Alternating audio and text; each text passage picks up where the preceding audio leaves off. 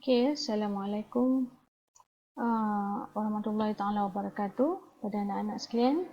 So, saya yakin anda semua telah lihat tadi, telah teliti, dan sebelum ni juga anda telah saya yakin anda telah membuat ulang kaji tentang bab 4 kesihatan manusia, dan anda juga telah rujuk tadi sebenarnya PowerPoint slide yang telah saya lampirkan.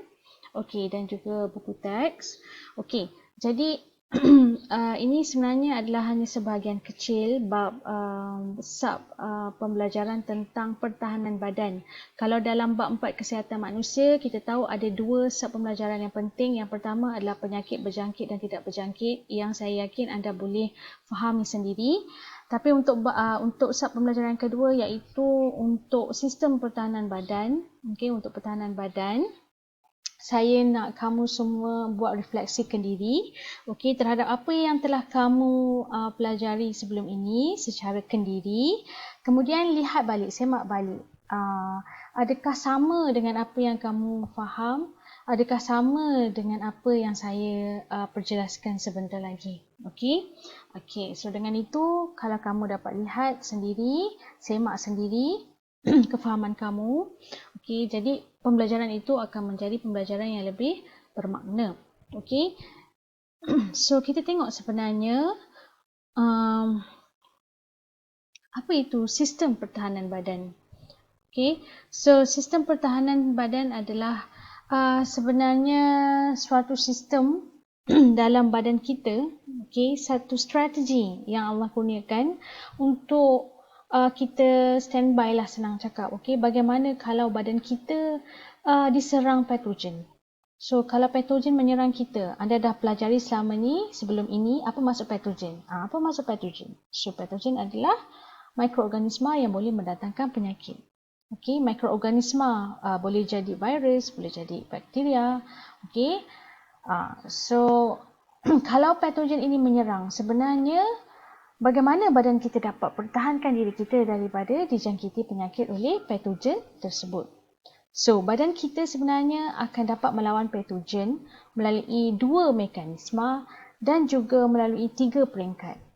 Di mana kalau kita lihat di sini, sebenarnya dua mekanisme tersebut adalah mekanisme pertahanan tidak spesifik yang terdiri daripada dua peringkat, iaitu peringkat yang pertama, barisan pertahanan pertama, dan peringkat yang kedua ialah barisan pertahanan kedua.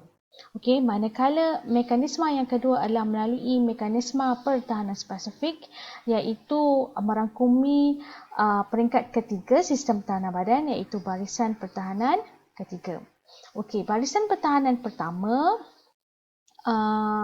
askar-askarnya senang cakap lah ya, askar-askarnya adalah kulit dan juga membran mukus. Manakala barisan pertahanan kedua, fagosit yang akan take over. Barisan pertahanan ketiga, limfosit yang akan take over. Sebenarnya dalam sistem pertahanan badan, cerita tentang sistem pertahanan badan ni sebenarnya untuk mendengar rendah, kamu hanya perlu tahu secara umum sahaja. Kalau kamu pursue your study di peringkat science tulen ataupun di peringkat STEM, so kamu akan belajar dengan lebih terperinci ataupun lebih detail berkaitan dengan sistem pertahanan badan dalam subjek biologi nanti. Jadi kalau kamu tengok dekat sini, untuk barisan pertahanan kedua dan juga barisan pertahanan ketiga, sebenarnya askar-askar yang terlibat adalah merupakan jenis-jenis sel darah putih. Di peringkat yang pertama. Di peringkat yang pertama, iaitu di barisan pertama di luar badan.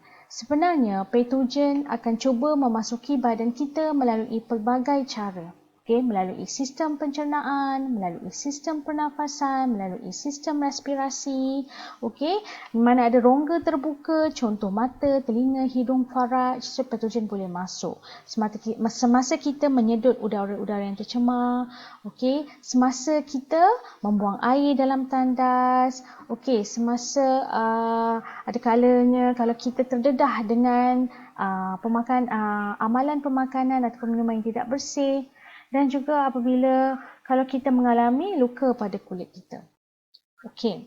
Jadi, apabila diserang oleh patogen, apakah sebenarnya reaksi barisan pertama pertahanan? Okey, kalau kita dah tahu, kita dah tengok dah tadi. Okey, barisan pertama pertahanan, askar-askar yang terlibat adalah kulit dan juga membran mukus. So, kulit kita ni sebenarnya Allah dah jadikan kulit kita ini sangat liat dan tebal sebenarnya. Susah untuk ditembusi. Okey, selain daripada itu, peluh dan sebum juga dikeluarkan oleh kulit. Okey, peluh dan sebum yang dikeluarkan oleh kulit juga akan mengeluarkan bahan kimia yang boleh membunuh bukan saja bakteria, yang boleh bunuh apa-apa patogen yang cuba menyerang barisan pertama pertahanan badan kita.